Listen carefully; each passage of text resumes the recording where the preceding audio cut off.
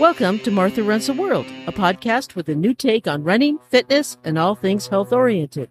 I'm Martha Hughes, your host, and each week I present a new topic that is of interest to all runners. Welcome to episode 259 of Martha Runs the World. Fear of FOMO. So much of my life has changed in just a short time. I thought this would be a terrific topic to talk about for the upcoming year. I had a whole slew of different topics I was going to talk about, and nope, changing all of it because my life changed, everything changed, and yeah, this is more appropriate for a new topic for the brand new year. So first off, Happy New Year.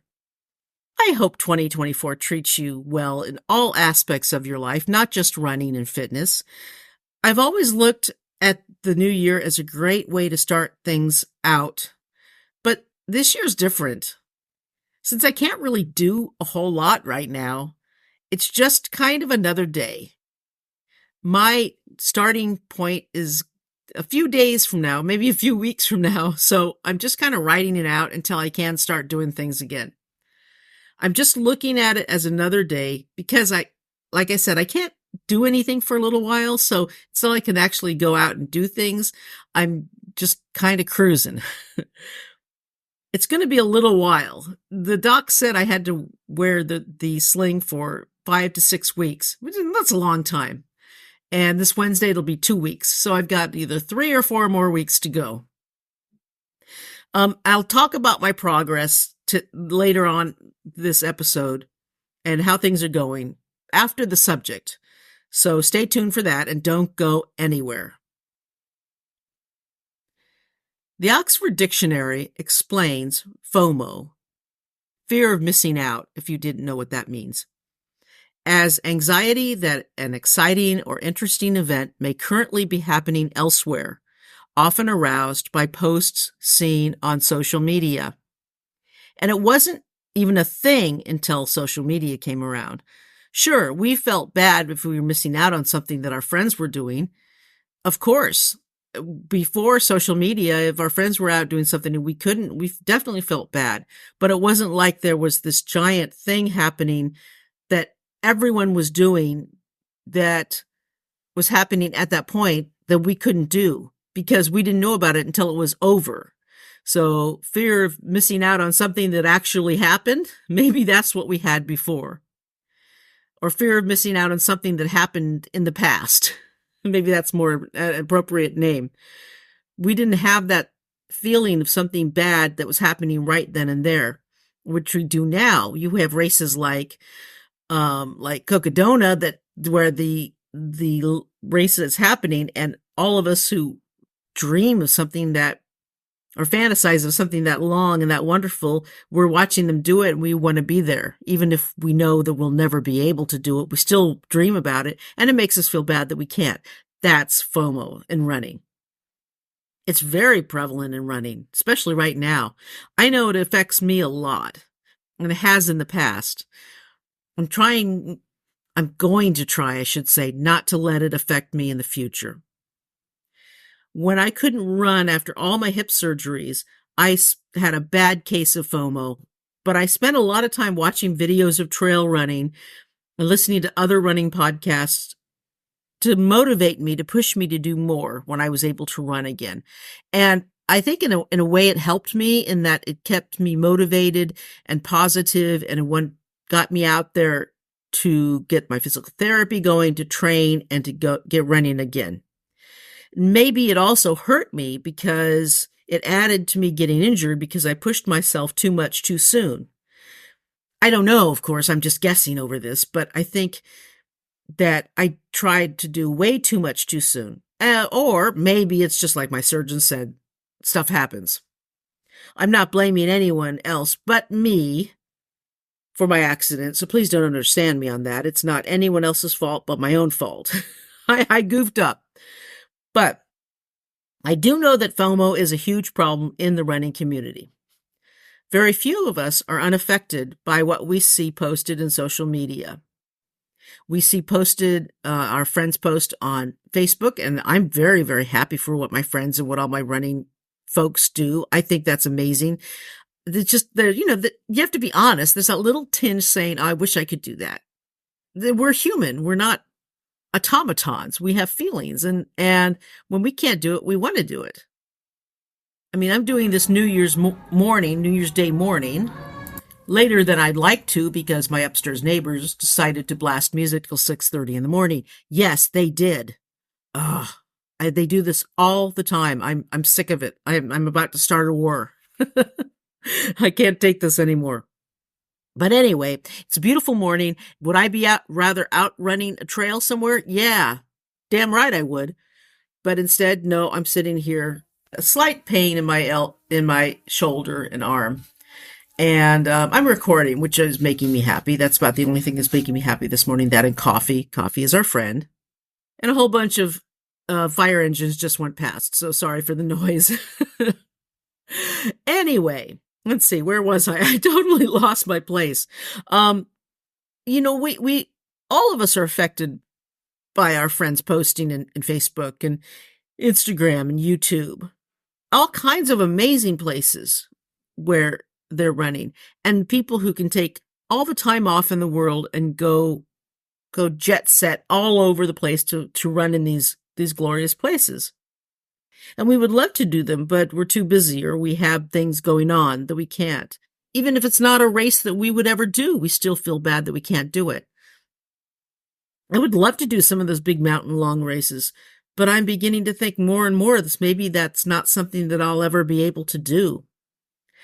I don't know. I really don't know if that's something that I'm ever going to do. Am I going to be just stuck doing short races and just watching other people do long races? I don't know. I don't know. It's up in the air right now. So who knows? As I heal, I'll figure out what I can do and can't do, of course. In the meantime, though, I've stopped watching running videos. I can't watch them. It just hurts me too much, and it just makes me feel sad. And I think as I'm sad, it makes me feel like it's something that I'm not going to be able to do in the future, and maybe I'm only going to be able to hike. So I do watch hiking videos, and I like those. So I don't know. Like I said, my future is up in the air, so we'll see as we go along. I guess the point of this show today is to talk about how runners who are not like us influence us to do maybe what we deep down in our hearts don't want to do. And they change our way of looking at running. And they change our way of doing our own running.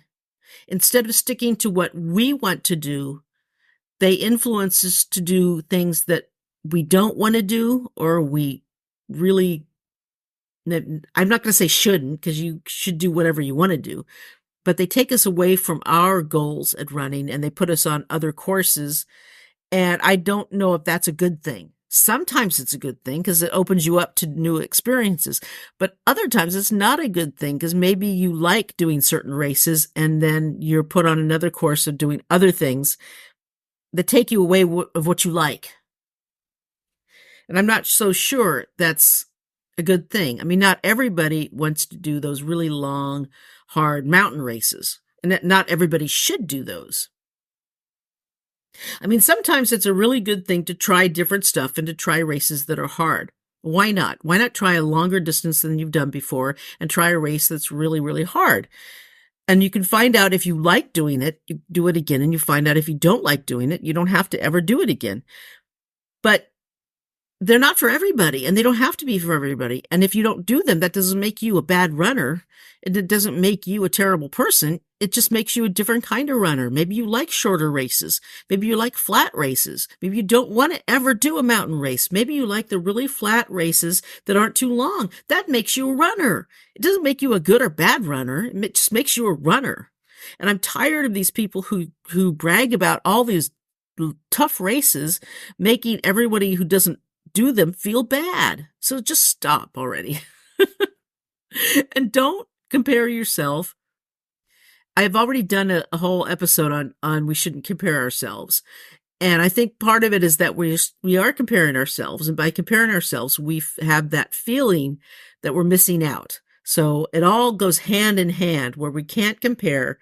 And if we don't compare, then we won't have the feeling that we're missing out.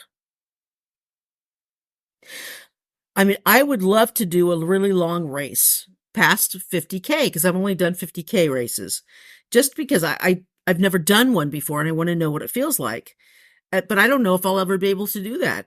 Right now, walking is tough, so I don't know. So we'll see. We'll see. Have you ever found yourself wanting to do a type of race or distance that you never thought of before, and you only thought of just because you saw it in a post about it or in a video? Have you ever felt that you weren't fast enough or didn't run enough, or the races you ran were no big deal because you felt undermined by a video or post from someone else? Well, a lot of that is FOMO, and a lot of that is caused by FOMO. We all feel that way at some point or another these days, especially if we are involved in social media. And unfortunately, being involved in social media is part of my job in the podcast. If I didn't have a podcast, I probably would never go in. I know on Christmas Day, I avoided all social media just because it was just too depressing. It just kind of, it wasn't a great Christmas this year. So, it's hard when you're not feeling well, when you're in pain and you can't really do anything. So I just kind of avoided it. And sometimes it's good to avoid all that stuff because you don't have anything to prove to anyone else. You're doing your own thing and just let it go at that. It's when your running makes you feel incomplete as a runner, when your own running takes away your own happiness or joy in running, or when we push ourselves farther than we should, and it causes health problems or it causes injuries or causes illnesses, that it becomes a problem. If we start feeling like I did, that we're not doing enough and we're not as good a runner as we should be, that perhaps we should work harder and we need to do more because look at all these people doing these things. We should be doing those things too because they're doing them. We need to do more. And I started feeling that way too, because all these people around me were doing these amazing races, and why can't I do them too? I mean, we might be pushing ourselves as much as we possibly can, but it still doesn't feel like enough. Then we need to take a very realistic look at our goals, at our running, at our lives, and see how our future in running is going and where we're headed. What is your goal in running? If you really want to do a long hard mountain race, then what are they doing to get there? And maybe they don't have the same responsibilities as we do. Maybe they don't have, maybe let's say, for instance, you have a family. Maybe they don't have a family. Maybe you have a very responsible job that takes away a lot of your time. Maybe they don't have that. Maybe a lot of people don't have the same lives as we do. So we have to compare that. So what are you willing to give up, or what are you willing to sacrifice to make that happen? And if you're not, then maybe you can't have the same goals as they do. And maybe you have to adjust your goals and do something different and be happy at it because your life is not the same as theirs. We also need to take a very close look at what influences us. Are we comparing ourselves to others? Because a lot of this is just comparisons. Do we feel bad because we can't get as many races in as others do? Because of our other personal responsibilities or other reasons? Races cost money. I know people who do races all the time, but also they may have a housemate. They may live with other people, so they don't have a whole lot of costs at home. So they can travel every weekend, and maybe they want to travel every weekend because they have housemates. They don't want to be at home. I refuse to have housemates. I have my own apartment, so it costs me more money to be here. So I can't travel all the time. Many of us have good reasons why we don't race as much as others.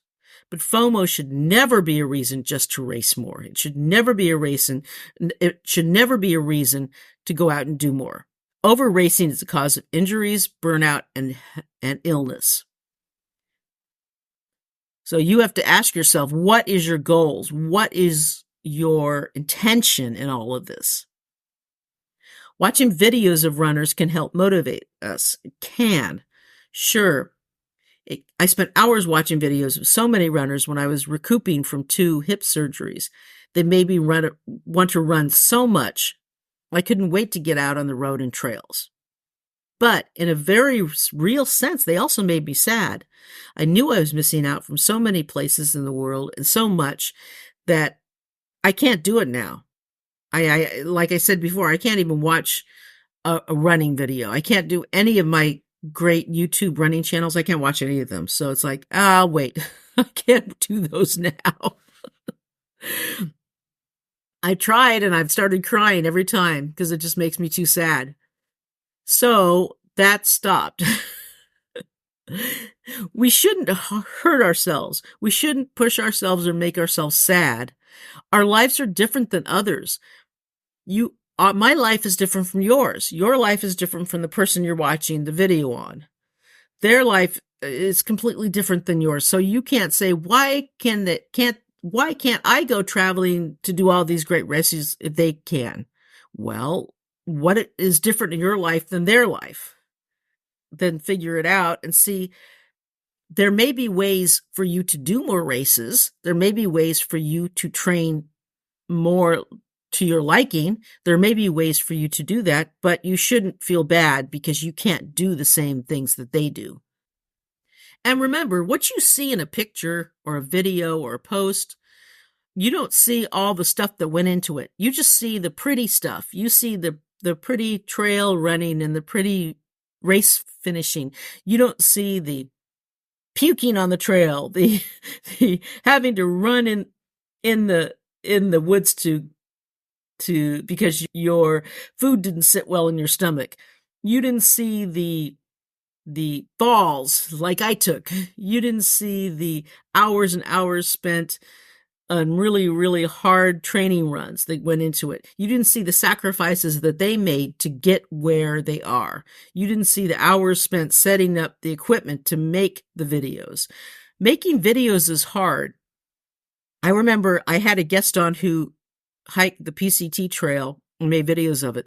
And he actually had to hike like twice the distance because he made videos of it. If you watch any of those through hikers who videotape it, like if you watch Dixie, any of hers and Homemade Wanderlust, she's really good at it. But she takes videos of her hikes and she actually has to hike twice the distance because she puts the camera down, watches herself walk away, then she has to come back and get the camera. So she's walking a ton of miles, extra miles, just to make videos of it. And same with people who are running and filming themselves running. They're running, filming it, and then they have to come back and pick it up and then keep going. So it isn't as glamorous as it seems. And just think of all the the video that they filmed that didn't get filmed. Camera equipment went wrong. A drone crashes. It doesn't work right and it crashes. That's hundreds of dollars down the tubes right there. There's a lot that can go wrong in that stuff. So we don't see any of that. Not at all. And of course, none of us are perfect. We're going to compare ourselves to others. It's part of life.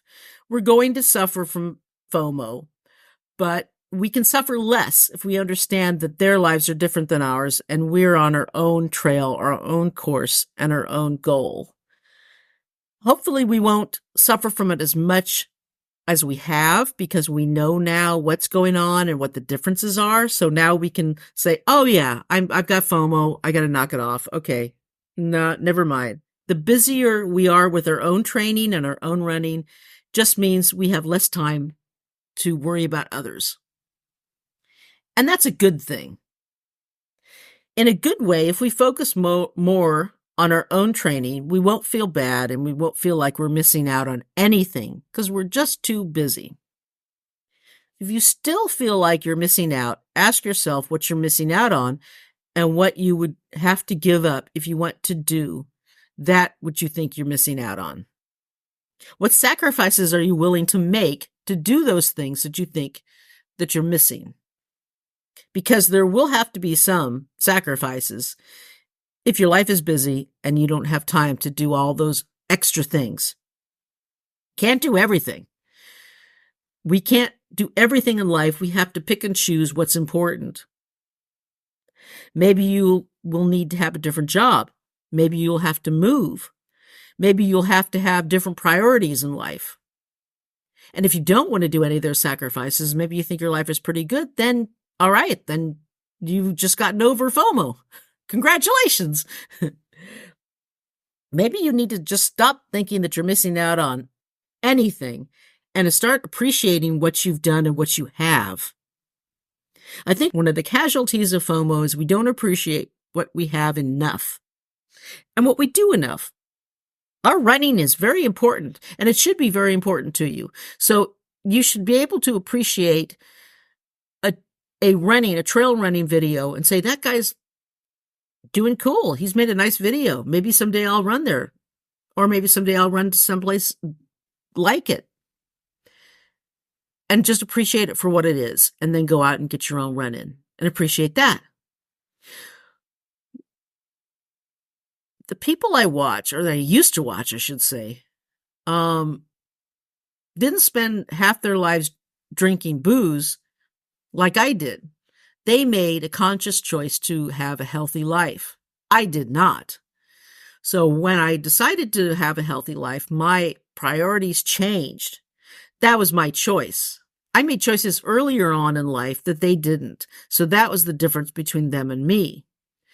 So they decided to have a healthy life and to live a healthy life, and I decided to drink myself to death. But I didn't, thank God. So I'm here. Now I'm making the priorities and little tumbles along the way, literally. But I'll get there, and we'll all get there. Once we realize that our lives are not the same and that they are as important as anyone else on social media, the comparison stops and the FOMO should stop, and then we can get on with our running and our lives and feel a lot better about things. Okay, I wanted to talk a little bit about how I'm handling things in my recuperation. It's not easy, let me tell you. I go back to work this week on Wednesday. I'm actually kind of excited about it because I'm super bored of being at home. Things are tough, and there are some things that are really hard, but I know once I get back in the swing of things, my recovery will be easier. There are things that are harder than others. The hardest thing I do now is showering. Taking a shower with one hand and arm is really hard and scary. I'm so afraid, but I've done it a few times now, so it's easier the better I get. And the thing is that my arm is not quite as helpless as it was. I mean, I can move my left arm a little bit better. I can hold things in the forearm and my hand up to 2 pounds. So it's getting a little bit stronger, a little bit better. I'll tell you, the first time I took a shower, though, I was so scared. But it's better now. It's getting a little bit better. I hate being scared of anything, let me tell you. I detest being afraid. Like I said, it's better now. I can break an egg with one hand, and that's kind of cool. I can't wait to start eating grown-up foods, like real meats that you cut and things you have to prepare from scratch. I have to buy foods now that are pre-prepared and don't need cutting and blah, blah, blah, blah, blah. And I hate that stuff. It's like, I don't want to do that anymore. I am still going to the Bootleg Boogie in Nevada, outside of Vegas in Boulder City. Although I'm not going to be participating as a racer or runner, I am going to be working it. So the race director, Michael, has me working as the assistant race director. So I'm going to be working there all weekend, which is kind of exciting. And I'm looking forward to it. That's going to be fun.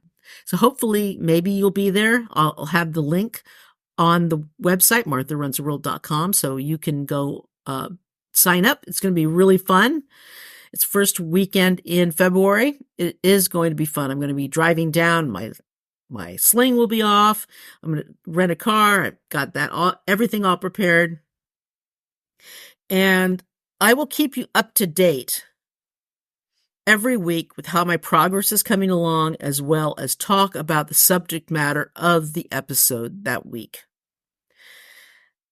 And that's it for today. Oh, I also wanted to thank a listener who emailed me about his shoulder injury.